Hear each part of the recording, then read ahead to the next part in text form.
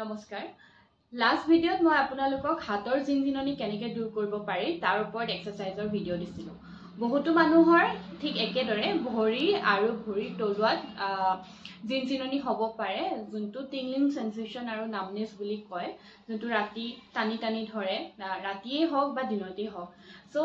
basically যেতিয়া আমি বহুত সময় বহি থাকো একেৰাহে আৰু যেতিয়া আমি উঠিবলৈ লওঁ সেইটো টাইমত আমাৰ তেনেকুৱা কিছুমান প্ৰবলেমে দেখা দিয়ে বাট ইয়াৰ বহুত কেইটা কাৰণ আছে মই লাষ্ট ভিডিঅ'ত কোৱাৰ মতে যে এইটো এটা নাৰ্ভ ইস্যু হ'ব পাৰে তাৰ আজি 5টা কাৰণ মই আপোনালোকক ক'বলৈ ওলাইছো ভিটামিন B12 এ নাৰ্ভ ৰিপেয়াৰিঙত হেল্প কৰে যদি ভিটামিন B12 ডেফিচিয়েন্সি হৈ থাকে তেতিয়া হলে আমাৰ নাৰ্ভ গ্ৰোথ উইক হ'ব পাৰে সো তাৰ ফলত আমাৰ ভৰিত বা হাতত জিনজিননি হ'ব সেকেন্ডলি ভিটামিন B6 এ নাৰ্ভ ট্ৰান্সমিটাৰ হিচাপে কাম কৰে যদি আমাৰ ভিটামিন B6 ডেফিচিয়েন্সি হৈ থাকে তেতিয়া হলে আমাৰ নাৰ্ভাস সিস্টেমত বহুতো ধৰণৰ সমস্যাৰ সৃষ্টি হ'ব পাৰে থাৰ্ডলি আন্ডাৰ এক্টিভ থাইৰয়েড যদি আমাৰ থাইৰয়েড হৰমনটো ব্যালেন্স হৈ থকা নাই তেনেকুৱা ধৰণৰ সমস্যাটো আমাৰ হাত বা ভৰিৰ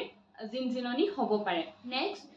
যদি আমাৰ শৰীৰত সুগাৰ লেভেল ইনক্ৰিজ হয় তেতিয়া সেই বাঢ়ি থকা সুগাৰ লেভেল কিনে আমাৰ নাৰ্ভাস সিস্টেমক এফেক্ট কৰিব পাৰে যাৰ ফলত আমাৰ ভৰিৰ পৰা তলুৱালৈকে টিংলিং সেন্সেশন হ'ব পাৰে আৰু লাষ্টলি ডিহাইড্ৰেশন সকলোৱে জানে যে আমি ডেইলি 3 পৰা 4 লিটাৰ পানী খাব লাগে যোনটো আমাৰ শৰীৰৰ কাৰণে বহুত ভাল হয় যদি আমাৰ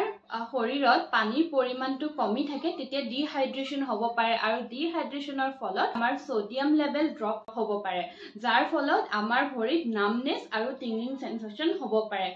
গতিকে সকলোৱে ডেইলি 3 পৰা 4 লিটাৰ হলেও পানী খাবলৈ চেষ্টা কৰক যাতে আমাৰ শৰীৰত ডিহাইড্ৰেশনে ঠাই ল'ব নোৱাৰে আৰু এনেকুৱা ধৰণৰ খাদ্যবোৰ গ্ৰহণ কৰক যোনবোৰত ভিটামিন B12 আৰু B6 খুব ভাল পৰিমাণে থাকে আৰু যদি হেতু পসিবল নহয় তেতিয়া হলে আপোনালোকে সাপ্লিমেন্টটো ল'ব পাৰে লগতে থাইৰয়েড আৰু সুগাৰ লেভেল মেইনটেইন কৰিবলৈ চেষ্টা কৰক আৰু ইয়াৰ এক্সাৰসাইজেস মই নেক্সট ভিডিঅ'ত আপলোড কৰিম গতিকে ষ্টে টিউনড উইথ মি আৰু যদি ভিডিঅ'টো চাই ভাল পালে লাইক আৰু শ্বেয়াৰ কৰি দিব আৰু এনেকুৱা ধৰণৰ ভিডিঅ'ৰ কাৰণে পেজটো ফলো কৰি দিব আজিলৈ আহিছো ধন্যবাদ